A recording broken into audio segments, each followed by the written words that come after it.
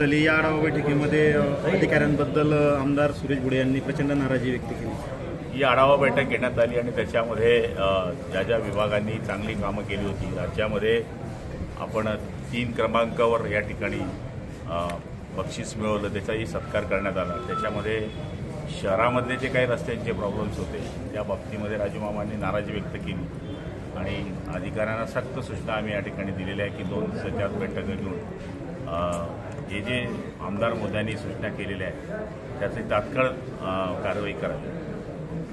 मामा त्यांना हे माहिती नाही की रस्ते कोणत्या विभागाकडे आहेत, एकमेकांकडे बोटं दाखवण्यात येत आहेत। हे बघा, हे कामं तरी या ठिकाणी महानगरपालिकेची असले तरी त्याची एजन्सी PWD हे आहे, पण असं जरी असलं तरी दोघांची सामूहिक जबाबदारी बनते। त्या पद्धतीने आम्ही त्यांना सूचना दिल्या। एखाद्या दिवस PWDच्या एजन्सीने कामच नाही केलं तर मग महापालिकेने लक्ष देऊ नये का? साहजिक आहे, त्यांनी लक्ष दिलं पाहिजे। तशा सूचना आम्ही त्यांना केलेल्या आहेत। भाऊ, लाडकी बहीण योजनेचे 1500 रुपये मिळाले नाही, मात्र महिलांकडून 2100ची मागणी केली जात आहे। हे बघा, 1500च्या बहात्तर पैसे आता या ठिकाणी रेग्युलर आमचे सुरू आहे। 2100 सुद्धा सरकारचे विचारधीन, पण शेवटी त्याला काही वेळ काढ लागेल, पण सरकार विचारधीन आहे। अधीक्षक अभियंता म्हणतात की सरकारने 6 महिन्यापासून पैसे दिलेले नाही, त्यामुळे 18 कोटी रुपये थकलेले आहेत ठेकेदारांना। नाही, या ठिकाणी 80% पैसे या ठिकाणी प्राप्त झालेले आहे। आता यावेळेचे काही 10-12 कोटी रुपये यायचे बाकी आहे। याचा अर्थ असा नाही की सरकार पैसे देत नाही, सरकार पैसे देत आहे। गुलाबराव देवकरांनी आज राष्ट्रवादी अजित पवार पक्षामध्ये प्रवेश केला आहे। ते प्रवेश केला म्हणजे काय फार मोठं काम केलं असं थोडी होतं आहे। ज्या अजितदादांचे नेहमी त्यांनी भाषणामध्ये पाहिजे त्या प्रमाणात टीका केल्या, ज्या अजितदादांना त्यांनी काळे झेंडे दाखवले, जे आम्हाला गद्दार म्हणत होते, 50 खोके म्हणत होते, मग आता ते काय ओके झाले काय? साहजिक आहे, आपल्या स्वतःचं भ्रष्टाचाराचं पांघरून झाकण्याकरता हे लोक त्या पक्षामध्ये गेलेले आहेत आणि देवकर कितीही करत असले तर त्यांच्या 100 गोष्टी या बाहेर येतील। त्यावेळेस अजितदादांनाही म्हणावं लागेल गुलाबराव जे म्हणत होतं ते खरं आहे। जुळवण्याचा काही संबंधच येत नाही।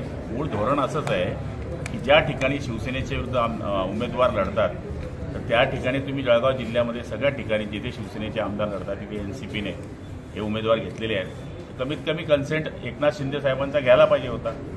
हे युतीचं धोरण आहे का हाही सवाल आहे। नाही, असं असलं तर मग आता प्रत्येकाला मुभा आहे ज्याच्या त्याच्या पद्धतीची आपला पक्ष वाढवायची। आम्हालाही काही गोष्टीकडे लक्ष द्यावं लागेल।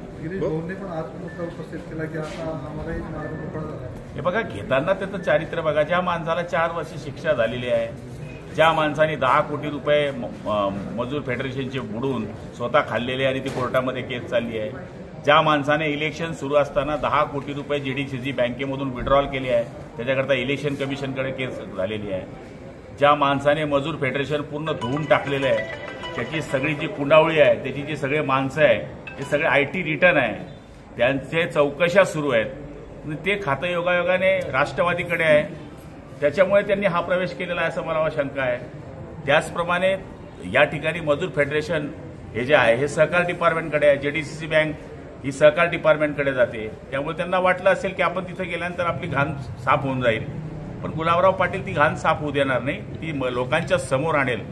ह्या माणसाने आपल्या मेडिकल कॉलेजचं भाडं किती घ्यावं गव्हर्नमेंटकडून? 8 करोड रुपये दर महिन्याला। आता सुद्धा 27 लाख रुपये ते भाडं घेत आहे शिरसोलीचं।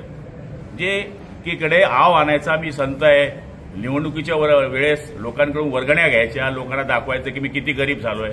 90,000 रुपये रोज तर भाडं घेतोय तू गव्हर्नमेंटचं, हा कसला गरीब आहे? भाऊ, या निमित्ताने महायुतीमध्ये मिठाचा कडा पडला असं म्हणता येईल।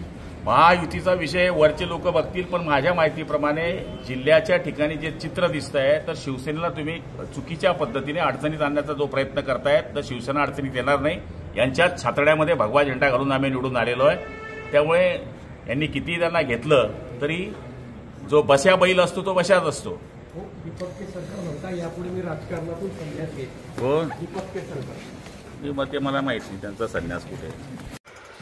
नवीन घडामोडी पाहण्यासाठी आजच आम्ही मुंबईकर 24 तासला लाईक करा, सबस्क्राईब करा आणि अपडेट रहा।